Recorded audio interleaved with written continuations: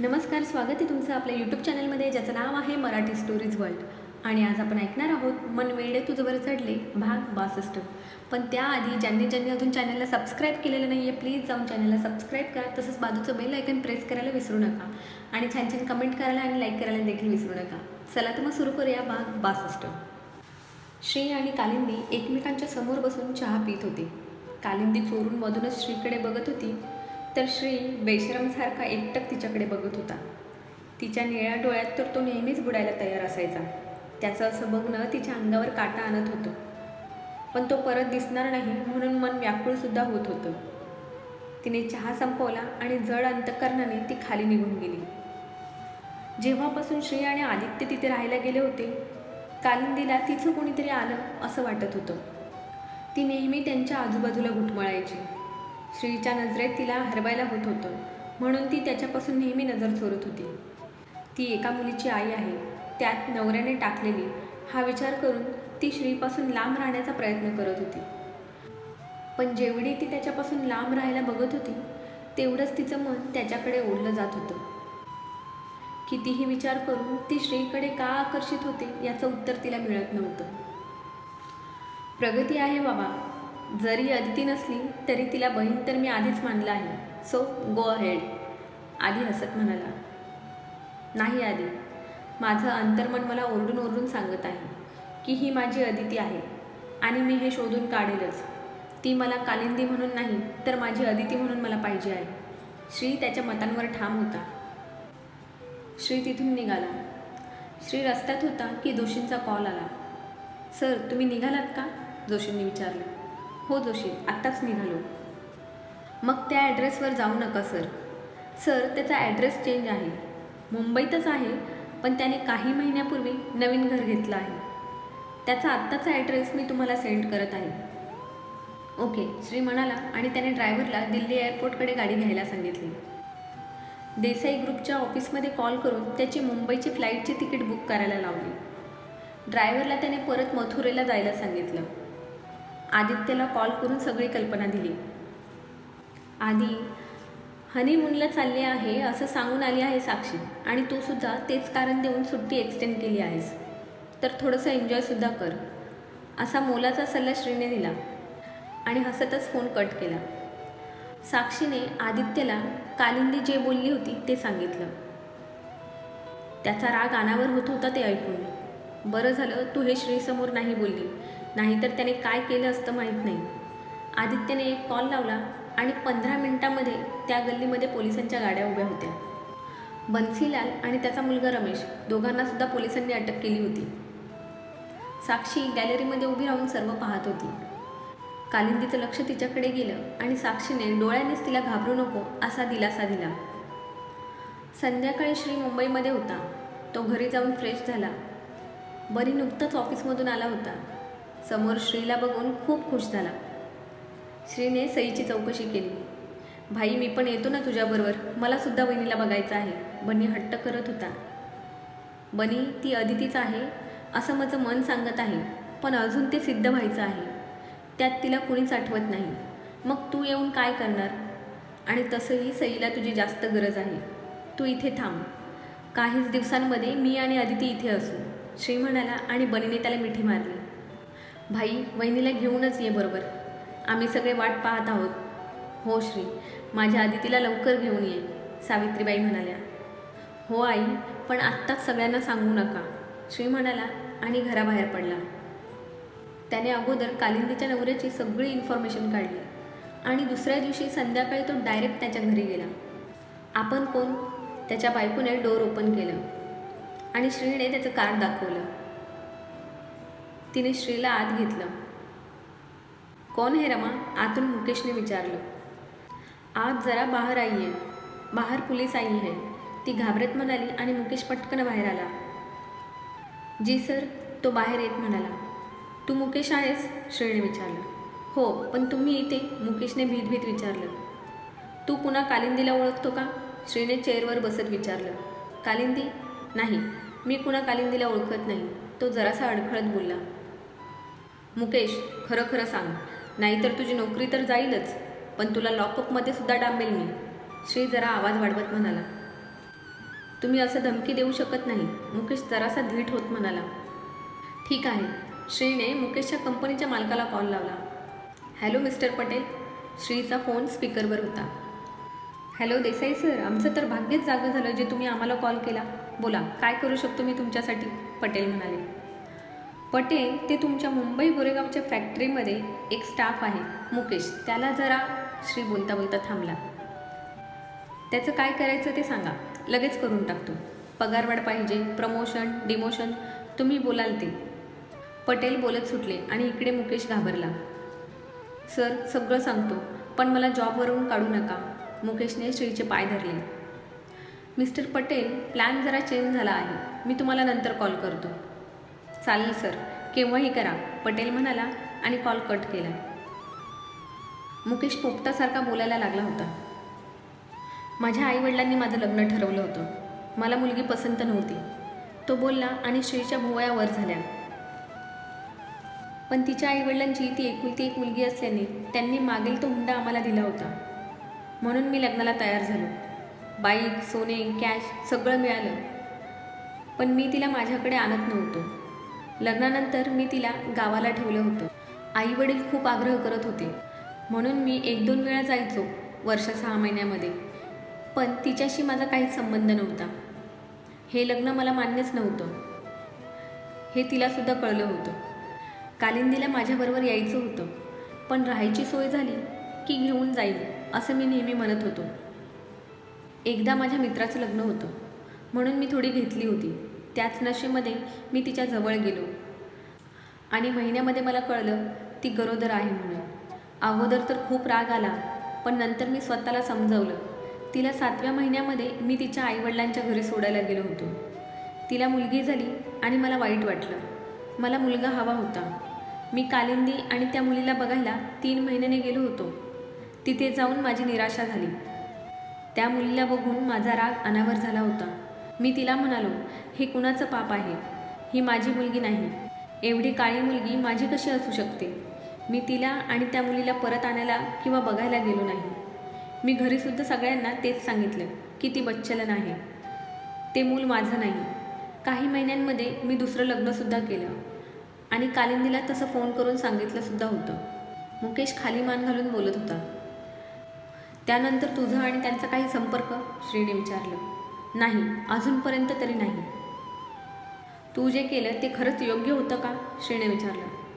नव्हतं, पण तिच्यासोबत आयुष्य मी नव्हतो काढू शकत.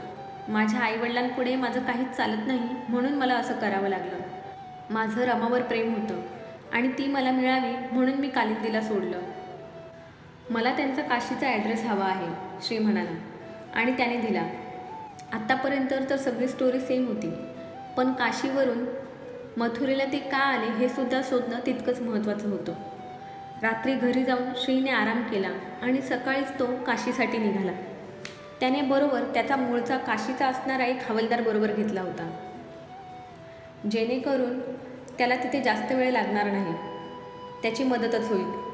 वाराणसीला उतरल्यावर तिथून एक प्रायव्हेट कार हायर केली आणि त्याचा काशीचा प्रवास स्टार्ट झाला. 1-1.5 तासात ते काशीमध्ये होते.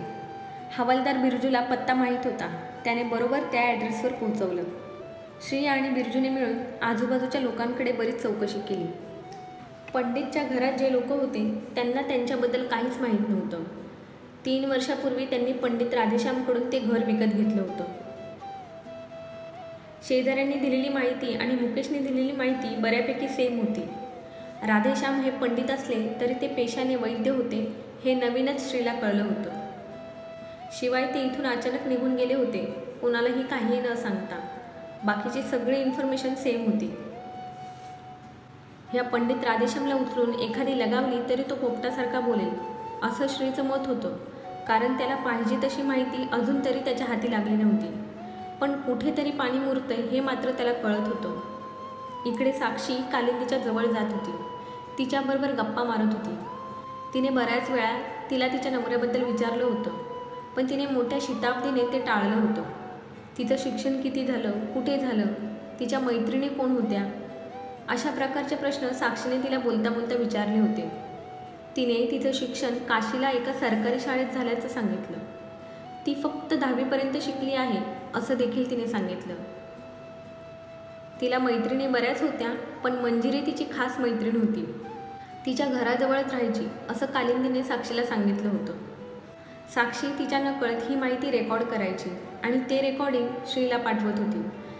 साक्षीचं मत होतं ती सगळं बोलते, पण बोलताना तिच्या डोळ्यांमध्ये ती चमक किंवा भाव नसतात. एखादी गोष्ट पाठ केल्यासारखी ती बोलते.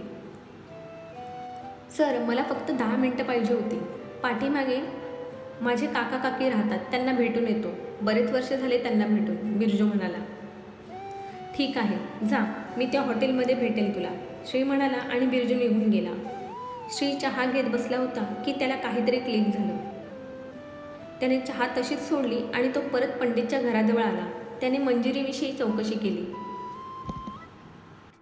अरे साहब, मंजिरी यहाँ नहीं रहती. उसकी शादी हुए तो कई साल हो गए. हाँ, उसके माँ बाप यही पिछली गली में रहते हैं, एक महिला म्हणाली. अरे वासंती, तुझे पता नहीं, मंजिरी तो 3 दिन हुए मायके आई हुई है. बाबू, आप जाओ, वो देखो, वो घर है, वही मिलेगी आपको मंजिरी.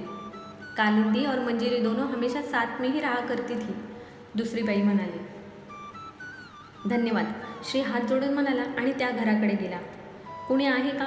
श्रीने आवाज दिला. कोण चाहिए आपको? एका वयस्कर बाईने विचारलं.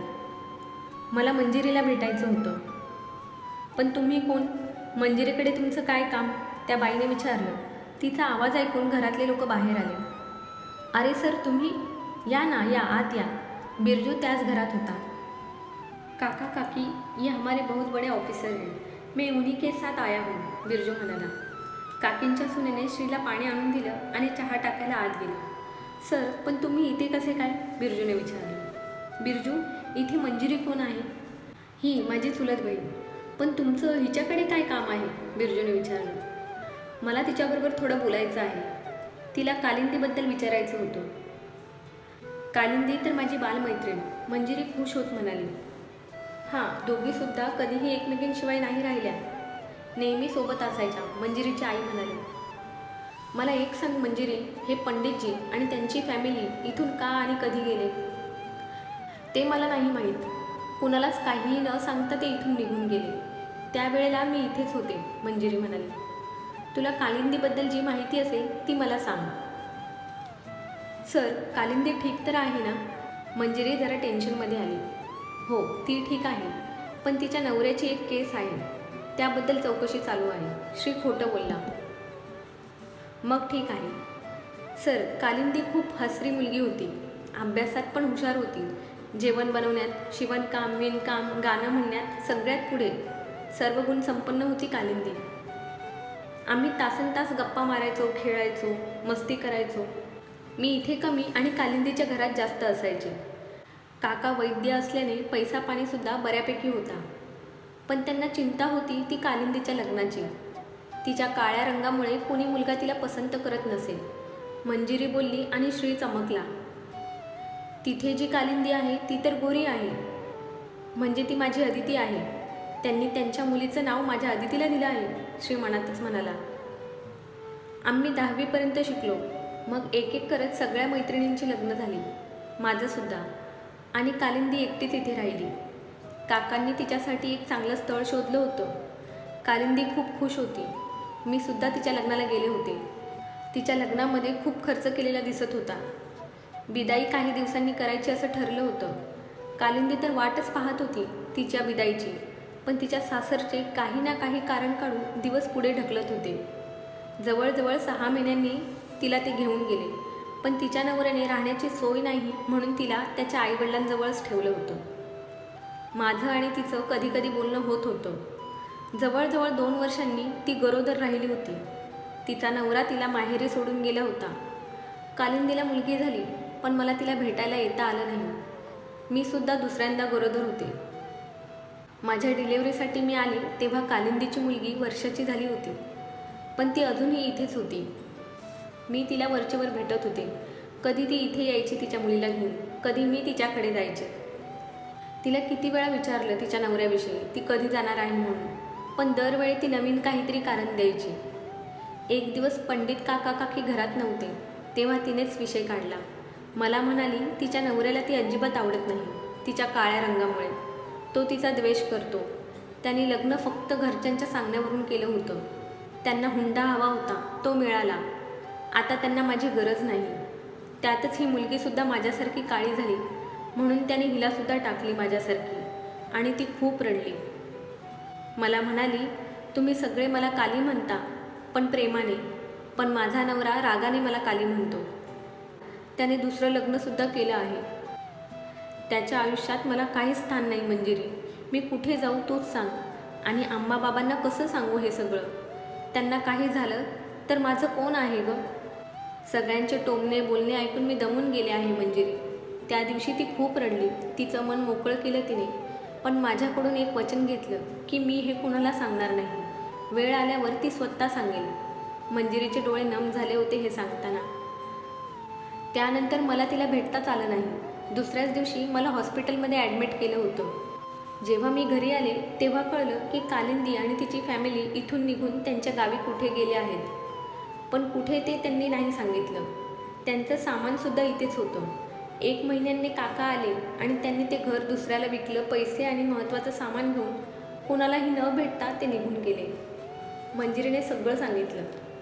मंजिरी, तुझ्याकडे कालिंदीचा फोटो आहे का? श्रीने विचारलं. हो आहे. माझ्या लग्नात कालिंदी माझ्याबरोबरच होती, त्यामुळे तिचे बरेच फोटो आहेत, मंजिरी म्हणाली. आणि तिने तिचा अल्बम आणला. तिची दोन्ही मुलंसुद्धा तिच्या बाजूला येऊन उभी राहिली. हां, हे बघा, ही आहे कालिंदी. तिने एका फोटोवर हात ठेवला. एकदम नीलासारखी होती दिसायला. कलर जरा जास्त डार्क होता. नीला तशी सावळी होती. एक एक करत तिने बरेच फोटो दाखवले. एका फोटोमध्ये पंडित, आम्मा, कालिंदी आणि मंजिरी होते. मी हा फोटो घेऊ शकतो का? श्रीने विचारलं. सर, तुम्हाला पाहिजे ते फोटो घ्या, पण माझी मैत्रीण कशी आहे, तिची मुलगी कशी आहे ते सांगा. आणि तिला भेटल्यावर माझा हा नंबर तिला द्या. मला तिच्याबरोबर बोलायचं आहे, मंजिरी म्हणाली.